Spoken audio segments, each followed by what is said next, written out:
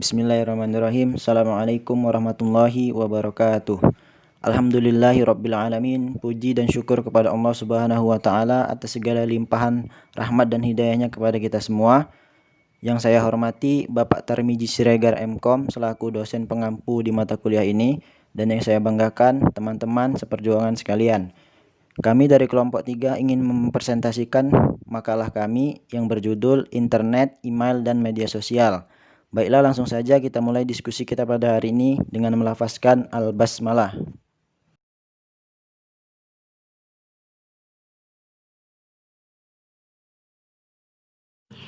Saya akan menjelaskan part pertama, yaitu internet. Nah, siapa sih dari kita yang tidak memakai internet di zaman sekarang ini? Pastinya kita semua memakainya ya, apalagi di zaman yang katanya milenial saat ini. Yuk, kita bahas mulai dari pertama ya, yaitu apa sih pengertian dari internet? Nah, internet adalah sebuah jaringan yang ada pada komputer yang sangat luas dan besar hingga mendunia, di mana jaringan tersebut mampu menghubungkan pemakai komputer dari suatu negara ke negara lain di seluruh dunia, di mana di dalamnya terdapat berbagai sumber daya informasi, mulai yang statis hingga yang dinamis, bahkan yang interaktif. Selanjutnya, sejarah internet. Pada tahun 1969, Departemen Pertahanan Amerika mengadakan riset tentang cara menghubungkan sejumlah komputer sehingga dapat membentuk jaringan organik. Program tersebut dikenal dengan nama ARPANET. Lalu, di tahun 1970, lebih dari 10 komputer berhasil dihubungkan satu sama lain sehingga mereka dapat berkomunikasi dan membentuk sebuah jaringan. Kemudian di tahun 1973, jaringan komputer ARPANET mulai dikembangkan keluar Amerika Serikat. Vinton Cerf dan Bob Kahn mempresentasikan atau menjelaskan sebuah gagasan yang lebih besar yang menjadi cikal bakal pemikiran internet. Ide ini dipresentasikan mereka untuk pertama kalinya di Universitas Sussex. Pada tahun 1990, tim Berners-Lee menemukan program editor dan browser yang bisa menjelajah antara satu komputer dengan komputer yang lainnya yang membentuk jaringan itu. Program inilah yang disebut WWW atau World Wide Web. Di tahun 1992, komputer yang saling tersambung membentuk jaringan sudah melampaui 1.000.000 komputer. Dan di tahun yang sama juga muncullah istilah surfing the internet.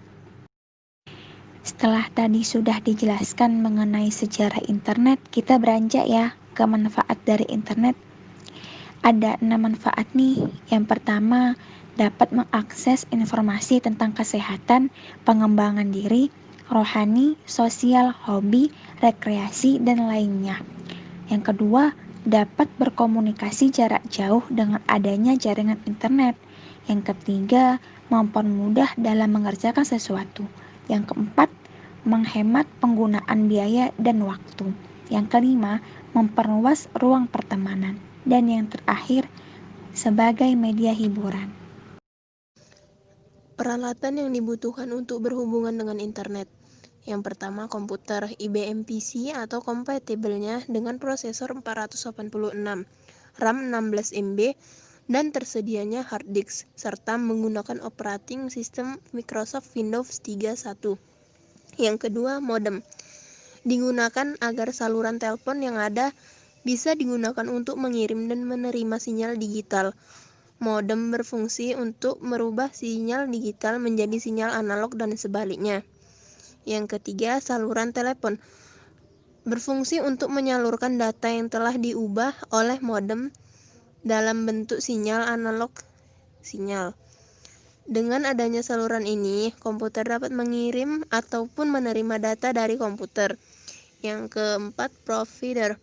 Sebuah perusahaan pelayanan internet yang dapat menghubungkan komputer ke internet.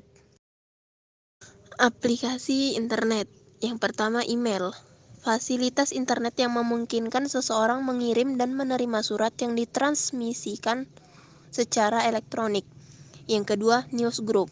Sebuah aplikasi internet yang berupa elektronik bulletin board, yaitu grup-grup diskusi lewat internet. Yang ketiga, file transfer protocol. Aplikasi ini dapat memungkinkan pengguna internet untuk melakukan download file dari internet. Yang keempat, Gopher. Aplikasi ini menyediakan pilihan berupa menu-menu yang memudahkan pemakai untuk mencari suatu informasi. Yang kelima, Telnet.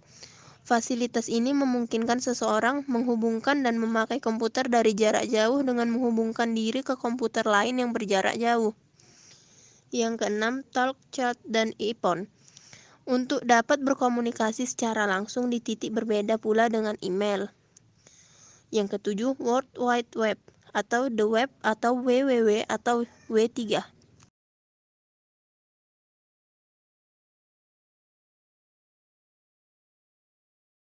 Selanjutnya saya akan menjelaskan email. Pengertian email. Email adalah surat melalui media elektronik. Email sendiri merupakan singkatan dari electronic mail. Melalui email, kita dapat mengirim surat elektronik baik berupa teks maupun gabungan dengan gambar yang dikirimkan dari satu alamat email ke alamat lain di jaringan internet. Sejarah email. Surat elektronik sudah mulai dipakai pada tahun 1960-an. Pada saat itu, internet belum terbentuk. Yang ada hanyalah kumpulan mainframe yang terbentuk sebagai jaringan. Mulai tahun 1980-an, surat elektronik sudah bisa dinikmati oleh halayak umum. Konsep surel pertama kali dikemukakan oleh Ray Tomlinson pada akhir tahun 1971. Pada awalnya, Ray bereksperimen dengan program komputer yang bernama SNDMSG yang pada saat itu digunakan untuk meninggalkan pesan pada komputer. Eksperimen Ray kemudian dilanjutkan dengan menghubungkan SNDMSG melalui file protokol yang bernama SIPnet, sehingga program SNDMSG dapat mengirimkan pesan ke komputer lain, namun masih berada dalam satu jaringan ARPANET. Eksperimen tersebut berhasil dan itulah awal terciptanya surel. Pesan surel pertama kali yang dikirim oleh Ray pada tahun 1971 merupakan surel pertama di dunia. Kemungkinan pesan pertama yang dikirimkannya adalah QWERTY atau huruf serupa. Pada tahun 1972, Ray mengenalkan lambang @ sebagai identitas email untuk memisahkan antara identitas pengguna dengan domain. @ bahasa Inggris ditulis AT, artinya adalah kepada. Manfaat email. Email dapat menghubungkan kita dengan siapa saja yang terhubung di internet di seluruh dunia dengan biaya pulsa lokal. Dapat mempermudah komunikasi dengan orang yang ada di seluruh dunia. Dengan email, data dikirim secara elektronik sehingga sampai tujuan dengan sangat cepat. Yang kedua, fungsi email. Email sebagai media komunikasi. Email atau surat elektronik adalah media komunikasi yang bisa dilakukan secara personal atau komunitas. Email sebagai media pengiriman. Dengan email, Anda bisa melakukan pengiriman data ke seluruh dunia dan tentunya pengirim dan penerima data sama-sama menggunakan alamat email, bukan alamat rumah. Tidak hanya itu, dengan menggunakan email, Anda bisa mengirimkan data ke banyak orang yang hanya dalam hitungan menit, bahkan detik. Email sebagai media promosi. Jika memiliki usaha di internet atau bisnis online, bisa mengirimkan promosi produk ke para pelanggan dengan memanfaatkan daftar email pelanggan yang ada. Email sebagai media informasi. Melalui email, bisa mendapatkan informasi-informasi terbaru dari seluruh dunia yang diinginkan dengan cara menjadi pelanggan informasi dari media yang ditentukan. Email untuk membuat blog atau website. Dengan email bisa membuat blog dan website. Email sebagai media sosial. Dengan email bisa menjalin hubungan dengan teman atau orang lain, baik menggunakan email itu sendiri atau melalui jejaring sosial seperti Facebook, Twitter, atau Google. Yang kedua, jenis-jenis email. Ada 3 jenis layanan email, yaitu PopMail, email berbasis web, dan email forwarding. Masing-masing mempunyai kelebihan dan kekurangan. Yang pertama, PopMail. Email jenis ini sama dengan email yang Anda terima dari ISP Anda. Email ini memiliki suatu kelebihan, yakni kemampuan untuk dibaca secara offline. Untuk mengecek email, Anda perlu connect ke server PopMail Anda, lalu mendownload seluruh email yang ada. Setelah itu Anda bisa memutuskan hubungan dengan internet dan membaca email. Ada pula kekurangannya, yakni tidak bisa mengecek email Anda di sembarang tempat. Yang kedua, web-based mail. Email jenis ini merupakan email yang ditawarkan oleh berbagai situs atau web. Email ini pun memiliki kelebihan, yakni bisa mengecek email dari mana saja. Ada pula kekurangannya, untuk mengecek email tersebut harus selalu terhubung ke internet. Yang ketiga, ada email forwarding. Email ini memiliki suatu kelebihan, di mana kelebihan tersebut adalah bisa menyembunyikan alamat email yang sesungguhnya. Selain itu, tidak perlu memberitahu alamat email yang baru. Ada kelebihan, tentunya ada pula kekurangan.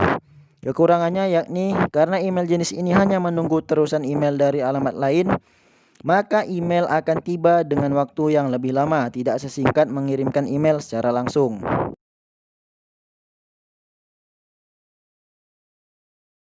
Saya akan menjelaskan tentang media sosial. Pengertian media sosial. Media sosial adalah platform media yang memfokuskan pada eksistensi pengguna yang memfasilitasi mereka dalam beraktivitas maupun berkolaborasi.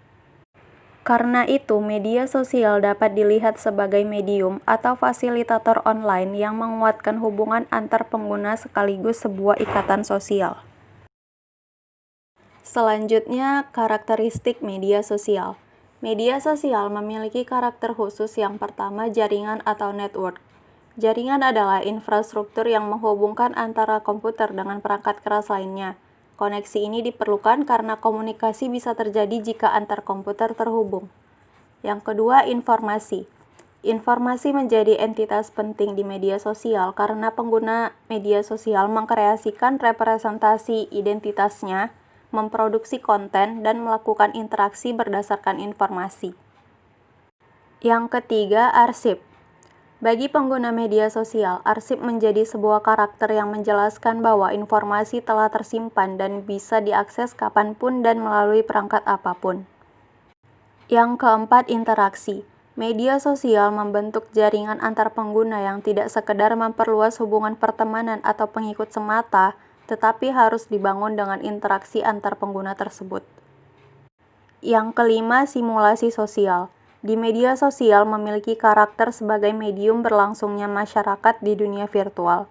Media sosial memiliki keunikan dan pola yang dalam banyak kasus berbeda dan tidak dijumpai dalam tatanan masyarakat yang real. Keenam, konten oleh pengguna. Di media sosial, konten sepenuhnya milik dan berdasarkan kontribusi pengguna atau pemilik akun. Baiklah, di sini saya akan menjelaskan tentang jenis-jenis media sosial. Menurut Nasrullah, setidaknya ada 6 kategori besar untuk melihat pembagian media sosial, yaitu yang pertama, media jejaring sosial atau social networking. Media jejaring sosial adalah medium yang paling populer. Media ini merupakan sarana yang biasa digunakan pengguna untuk melakukan hubungan sosial, termasuk konsekuensi atau efek dari hubungan sosial tersebut di dunia virtual. Karakter utama dari situs jejaring sosial ialah setiap pengguna membentuk jaringan pertemanan, baik terhadap pengguna yang sudah diketahuinya atau kemungkinan saling bertemu di dunia nyata atau offline, maupun berbentuk jaringan pertemanan baru. Yang kedua, jurnal online atau blog. Blog merupakan media sosial yang kemungkinan penggunanya untuk mengunggah aktivitas keseharian, saling mengomentari dan berbagi, baik tautan web lain, informasi, dan sebagainya. Pada awalnya, blog merupakan suatu bentuk situs pribadi yang berisi kumpulan tautan ke situs lain yang dianggap menarik dan diperbaharui setiap harinya.